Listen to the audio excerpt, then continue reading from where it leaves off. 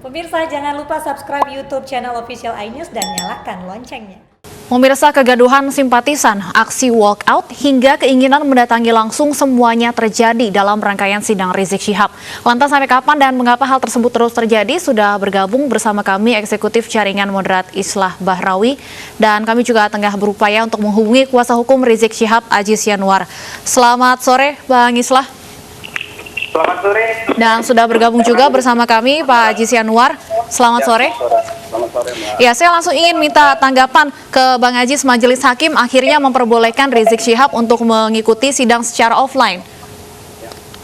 Ya, alhamdulillah upaya dan segala argumen serta data fakta kita bukan kontemplasi, apalagi angan-angan atau khayalan atau hipotesa ini yang kita kemukakan ke Majelis Hakim dan juga Mahkamah Agung direspon. Kami sangat bersyukur, alhamdulillah. Artinya satu pintu keadilan terbuka terkait dengan proses ya. Kita sangat bersyukur. Sementara ini itu saja yang dapat kami tanggapi terkait dengan dikabulkannya 3 ya kasus kerumunan Petamburan yang melibatkan Habib Rizik Syihab, kemudian kerumunan Megamendung, serta kerumunan Petamburan terhadap 5 orang pengurus FPI. Kemudian dengan yang perkara Rumah Sakit Umi kita masih belum ada kabar, mungkin nanti ada kabar menjelang hari Jumat nanti. Demikian, Mbak Stefan. Baik, Pak Islah, Anda melihatnya apakah dengan dikabulkannya sidang secara offline ini, proses hukum yang berjalan, tindakan Majelis Hakim sudah sesuai dengan kaidah-kaidah yang ada? Kalau saya melihat begini ya, Mbak, bahwa ini kalau tadi dari pihak pengacara Habib Rizik mengatakan proses keadilan, sebuah proses keadilan, saya melihatnya begini. Ini bukan hanya persoalan, saya menyayangkan sebenarnya keputusan dari hakim sebenarnya ya. Ini bukan hanya pertimbangan soal prokes atau masalah pandemi sebenarnya. Ini adalah persoalan keamanan juga sebenarnya. Keamanan bagi semuanya, termasuk keamanan terhadap Habib Rizik juga, keamanan juga terhadap majelis sidang, dan juga keamanan kepada publik. Anda menyayangkan Majelis Hakim mengabulkan permintaan Rizik Syihab? Ya, ini persoalan pertimbangan keamanan kalau saya secara pribadi, bukan persoalan prokes. Ini kan Habib Rizik ini kan adalah sebuah magnitude ya. Artinya ini sebuah titik kulminasi dari beberapa rangkaian kasus.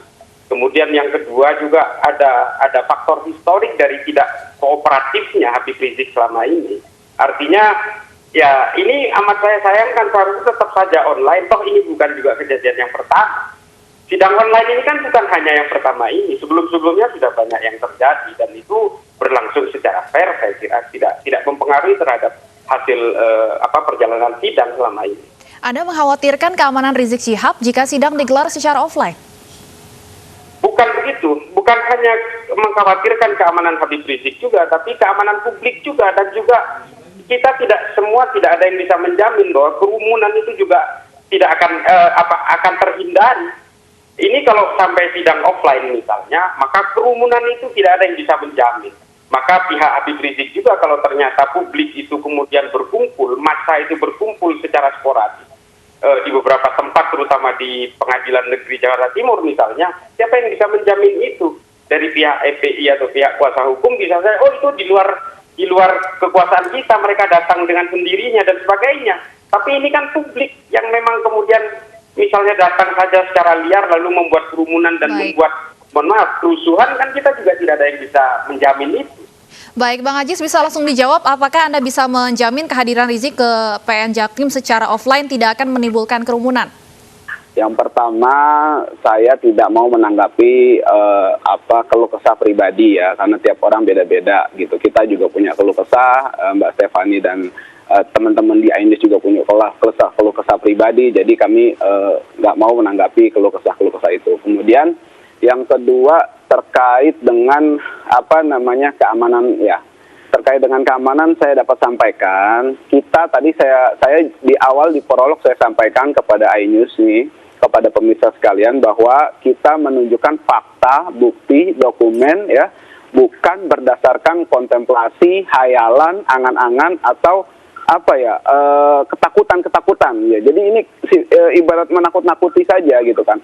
Tapi faktanya kita sudah melihat banyak persidangan yang kemarin beberapa kali diadakan terkait dengan Habib Rizik dan kawan-kawan, itu semuanya tidak ada satupun pendukung Habib Rizik yang ada di sekitar Mabes Polri. Padahal Habib Rizik dihadirkan di sini.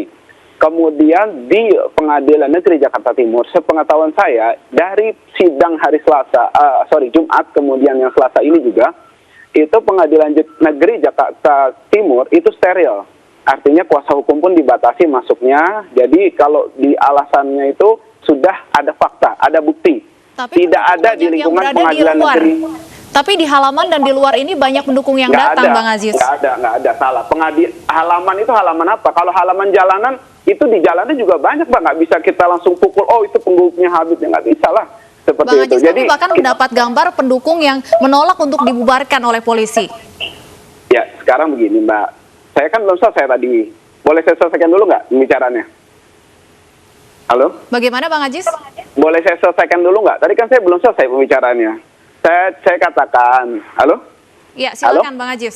Ya, saya selesaikan dulu. Yang pertama, tadi kita sudah katakan bahwa sekeliling lingkungan Mabes Polri, tempat Habib Rizik di sidang secara online dan juga ditahan, tidak ada pendukung Habib Rizik dan kawan-kawan yang memang datang ke sini beramai-ramai kemudian mengabaikan prokes, tidak ada. Kemudian di Pengadilan Negeri Jakarta Timur, di lingkungan Pengadilan Negeri Jakarta Timur ya, dari masuk sampai di halaman tempat parkir tidak ada seperti itu. Dan itu dijaga oleh pihak aparat keamanan dengan sangat baik, kami sangat mengapresiasi.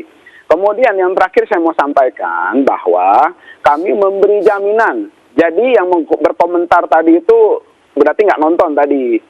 Jaminan kita itu, saya nggak bisa menjamin lah kalau misalnya jaminannya itu di mana?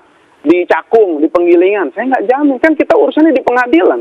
Gitu loh. Jangan kita itu kalau benci sama seseorang, terus jadi agak sakit jiwa gitu loh kalau mengkomentari. Kan kita sudah bilang tadi, kita menjamin di lingkungan Pengadilan Negeri Jakarta Timur ya, tidak ada massa yang berkerumun, ya, menjaga prokes, kemudian tertib dan disiplin. Ada di jaminan, kita menandatangani surat jaminan tadi dan kita komitmen insya Allah. Masalah ada yang ragu, silahkan.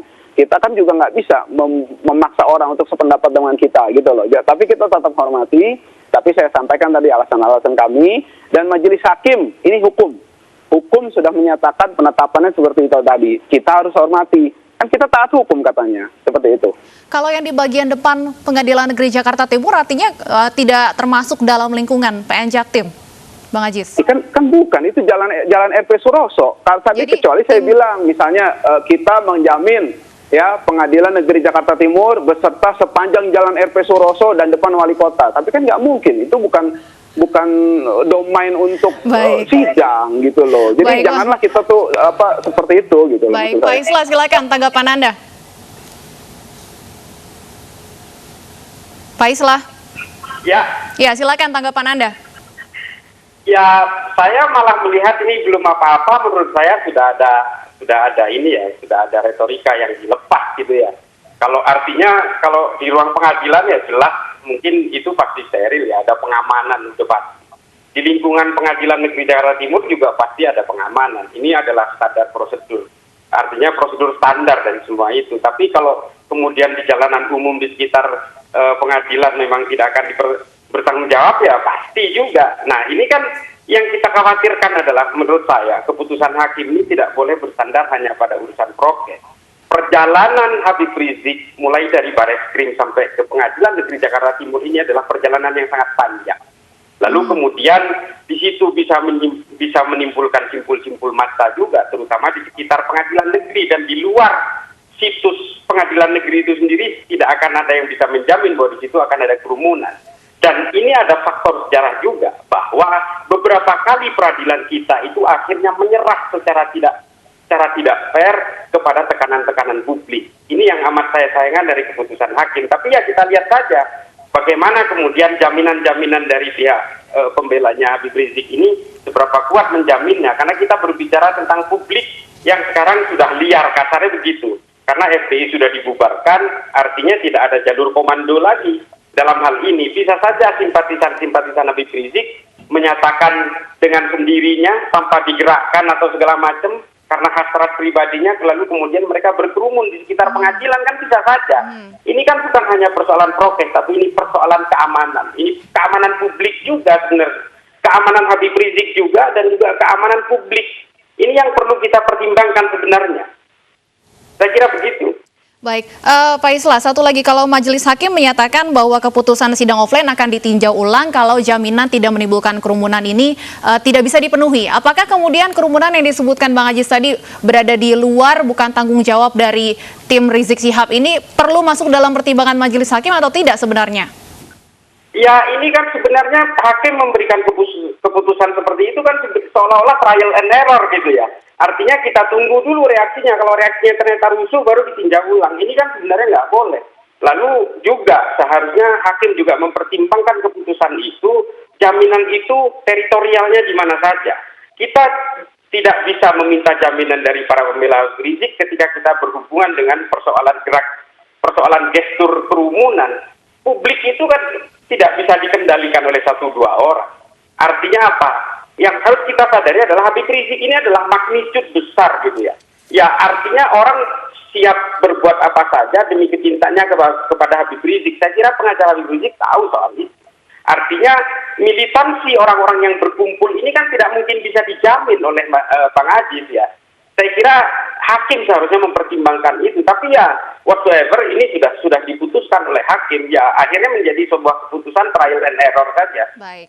Bang Aziz, untuk sidang perdana secara offline hari Jumat nanti, apakah akan ada masa di bagian luar Pengadilan Negeri Jakarta Timur atau dimanapun itu ada masa yang dikerahkan? Kalau mengkerahkan masa tidak ada, Mbak. Karena gini, kita melihat fakta sekali lagi. Saat ini kondisinya aman ya, tidak ada gangguan keamanan yang signifikan, yang dirugikan langsung ya kepada publik terkait dengan sidang ini. Tidak di Mabes Polri, tidak di Pengadilan Negeri Jakarta Timur. Jadi maksud saya hal-hal tadi itu sudah terbukti ya. Saya mengemukakan sudah ada buktinya, sudah ada beberapa kali sidang dan itu aman. Itulah yang jadi pertimbangan hakim dengan akal sehatnya tentunya. Gitu loh. Jadi kalau masih ada yang meragukan, ya itu terserah. Tapi kita kan pakai dasar bicara. Nah, kalau saya tadi menghormati ada pihak-pihak, termasuk abang kita tadi yang menyatakan itu, saya hormati. Tapi sekali lagi kita bicara fakta, gitu loh. Faktanya sampai detik ini tidak ada, alhamdulillah tidak ada gangguan keamanan signifikan langsung kepada Mabes Polri, kepada Pengadilan Negeri Jakarta Timur. Kemudian juga tidak ada massa yang militan tadi yang dikatakan segala macam tadi itu kan ya. Mereka ikut kok. Kalau misalnya mereka ingin tahu ya, kemudian ingin jalan-jalan, kan kita nggak bisa larang juga. Gitu loh. Apa haknya gitu. Kadang kita itu emosi kemudian membuat kita sendiri melanggar ketentuan hukum itu sendiri. Orang mau jalan ke situ, kan yang itu ada kantor wali kota di depan situ. Ada keperluan banyak di situ kan. Jadi kita menghormati juga seperti itu. Jadi faktanya kita tidak melihat ada pelanggaran prokes yang akhirnya ditindak oleh pihak keamanan di Pengadilan Negeri Jakarta Timur, dan tidak ada gangguan keamanan alhamdulillah nggak ada gitu loh. Jadi kontemplasi hayalan tadi kita hormati, akan tetapi kita berkaca pada fakta, kecuali ini tadi rusuh ya atau ada gejolak massa atau apa, terus tadi hakim memutuskan seperti itu aneh. Saya setuju, tapi ini kan tidak, itulah yang jadi pertimbangan. Baik, kita akan tunggu dan pantau bersama tentunya kelanjutan dari sidang Rizik Syihab ini. Terima kasih Bang Aziz dan juga Pak Islah sudah bergabung bersama kami di iNews Sore.